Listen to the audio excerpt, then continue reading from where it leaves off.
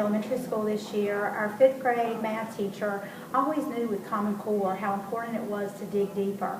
But with MDC, she really allowed herself to become the guide on the side and realized that teaching whole group and digging deeper was not quite enough. So MDC empowered her to let the students be more actively engaged, and as they were able to dig deeper into the common standards, then they also, MDC was that extra tool that she needed in her kit to allow her to go even deeper and to let her children be more engaged in their learning and be able to truly be the facilitators of their own. I'm Tanya Calder. I'm the principal at Sandy Grove Elementary in Hope County. And this past year we implemented the LDC module at an elementary level.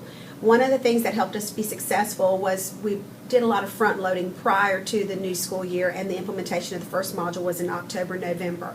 One thing that we did in the previous year was setting up our teachers for success to include a lot of discussion of performance tasks, a lot of writing, and reviewing that writing process and the integration of writing into the curriculum.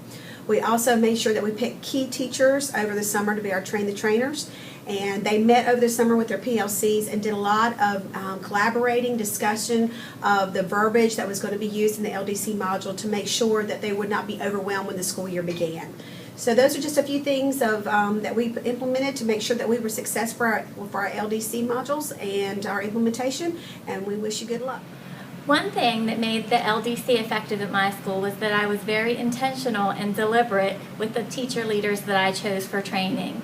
I looked at each teacher from the grade level to decide who had that literacy data, who was using writing and research in their classrooms, and then who also had the capacity for leadership to be able to come back and train the teachers for the whole school, and also to train the teachers in the PLC meetings every week. LDC, thinking about LDC and a success story for us would be in a module that was created for our 2nd grade classroom.